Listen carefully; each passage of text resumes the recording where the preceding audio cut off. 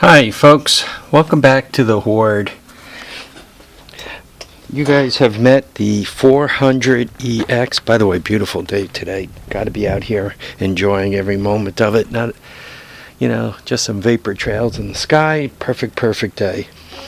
Back to the 400EX. This is a 2000. I bought it. I finished all the engine work. I got it rolling, got it moving, all happy with it, except the front wheel, the brakes are dragging.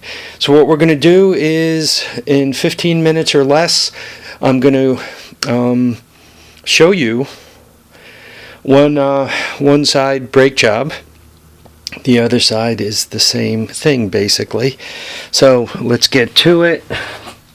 You guys know how to jack it up. It's typically wise to put some stands under it or something to keep it from falling on you. But so you jack it up, take the wheels off, right? Not that hard. Unless you're doing it one-handed as I am. I normally just pull one wheel at a time, mostly because I don't want the thing in 1,000 pieces. So there we are. Front wheels off, all jacked up. Here's your brake caliper. To get that loose, there's 2 bolts. One here and one down below. Right there. I think I'm showing it to you. Right there. By the bright light. So 2 bolts. And those are 12 millimeter. Take them off. Guys, I'm gonna admit that I cheated by loosening up this stuff in advance, but I'm gonna tell you where I had the problems. Getting this far was a piece of cake. Had no problem at all. Everything came off. No issues. So this came right off. I'm assuming it's all the way loose. Bang. And the bottom one.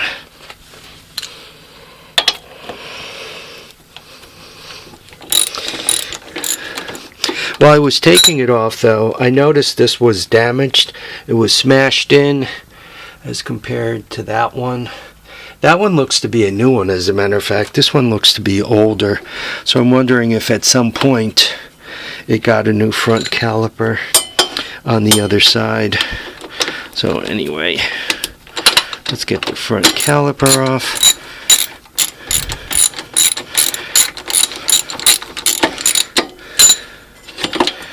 So, there you go. Front caliper's loose. Next thing, you want to get the brake shoes out. How do you get the brake shoes out? If you look at the bottom, right here, you have pins that go through the brake shoes. You can kind of see them all the way in the back, right? That bar back down in there. I think you guys could see it by my thumbnail. But that'll be apparent to you in a second. First thing you got to do is take these cross-threaded things off, the 2 of them.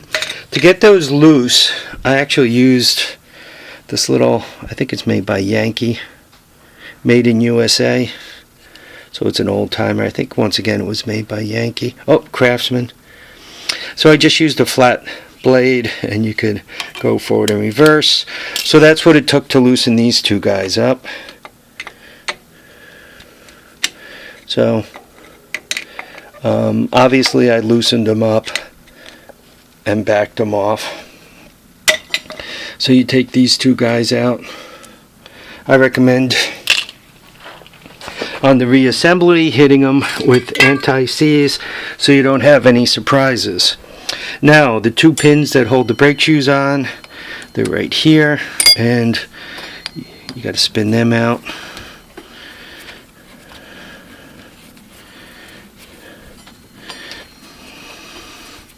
At work we always used Allen keys, but we use the better ones. These are a Chinese pair. We use the ones with the ball on the end of them.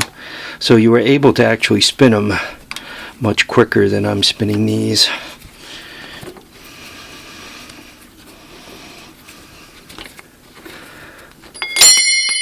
So you loosen these pins up just as I'm doing, and you slide them out, right? Out one, out two, and at this point the brake shoes fall right out. All wonderful things, right? Piece of cake, everything's great and all that. And now the problem with this caliper. This slide is good, right? This one in the back here is seized up, and from the damage it did when it was run into something, I have all corrosion through here.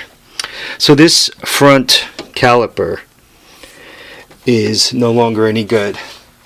The piston actuates, right? And I can show you guys that. Right, take note where it is now. And as I squeeze this,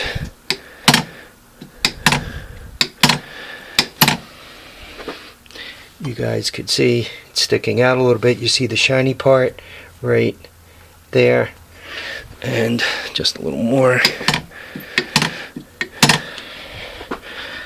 and you could see even more shiny part.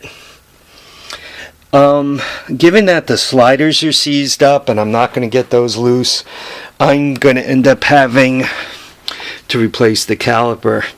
I was kind of hoping that the pistons were dragging, and the way you clean those up, you just use a little Scotch-Brite. They're basically chrome, as you can see. You can see how shiny they are.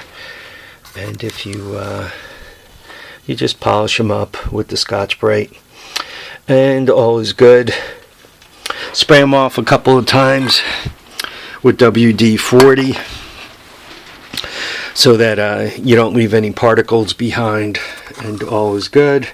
Putting them back together again is more or less the reverse of taking them apart. Unfortunately for me though, given the damage here, and that I can't lubricate the slides up, I have to replace the calipers. Pair of calipers for this thing, they're about $55. I don't think they come with shoes for $55.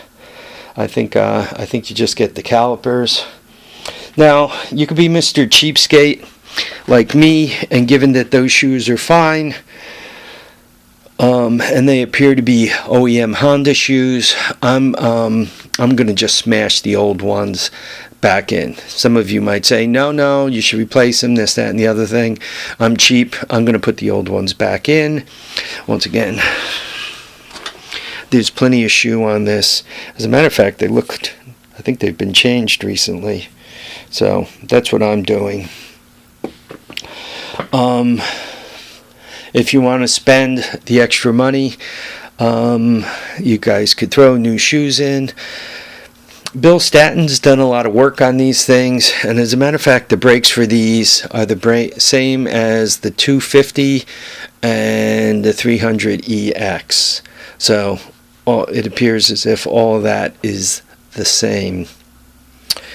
Bill has indicated in several of his videos that the China brake shoes are not as good as the OEM stuff.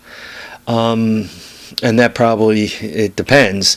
If you happen to get them from the Chinese people who probably make them for Honda, they're probably pretty good. If you happen to get the China ones that are put on China bikes that are copies of Honda bikes, but they're China bikes, normally they don't worry too much about the brakes lasting because the frame breaks in half before the brakes go bad. So, but he indicates that the China ones, the China shoes are not so good. They don't hold up very long. So there you are. Putting it back together again, the reverse of taking it apart. In my case, unfortunately, I'm not going to be able to finish this because I need to dig up new calipers. To get the caliper off, One just undoes that bolt right there. Make sure you get the copper washers back where they are. I hope the new calipers come with copper washers. If they don't, I did buy a kit of copper washers, so I can typically get something close enough where I can smash them back on. But when you are taking them apart, do pay attention to that. I'm not normally one for draining the fluid, but before I take that apart, what I'm going to do is I'm going to top the fluid up there all the way. Then I'm going to change them, trying to lose as little fluid as possible. Then I'm going to put it all back together again. And as I'm draining the fluid, I'm going to be hoping to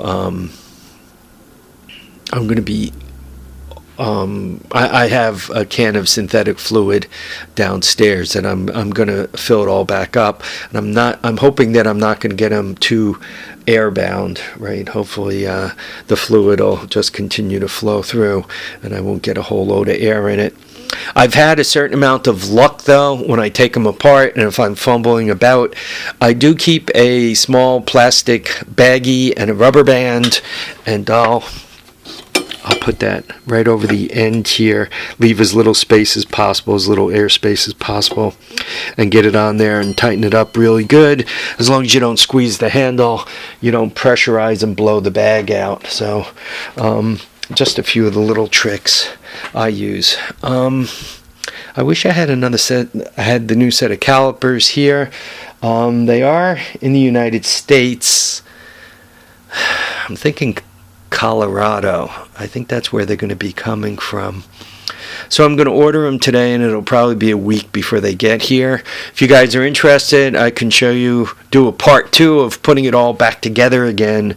But I was really hoping that I was going to be able to free those slides up and get everything going.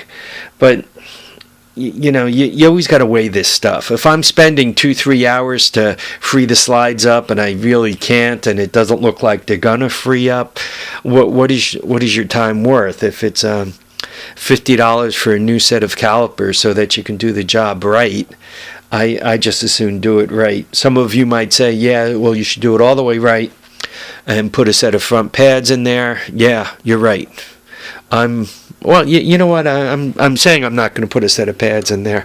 If I find a set of Honda pads for $15, I'm probably going to throw a set of pads in there too. So maybe I am going to replace them. Anyway, folks, I hope you enjoyed our brake job. 13 minutes to get to this point. I've spent about half the time talking.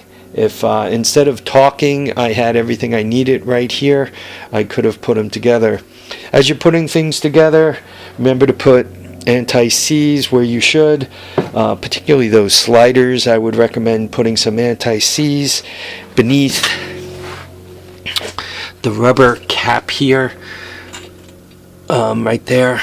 I normally make sure I liberally apply anti-seize, and the cap on the other side, which is right there. I normally put plenty of that to make sure everything keeps moving.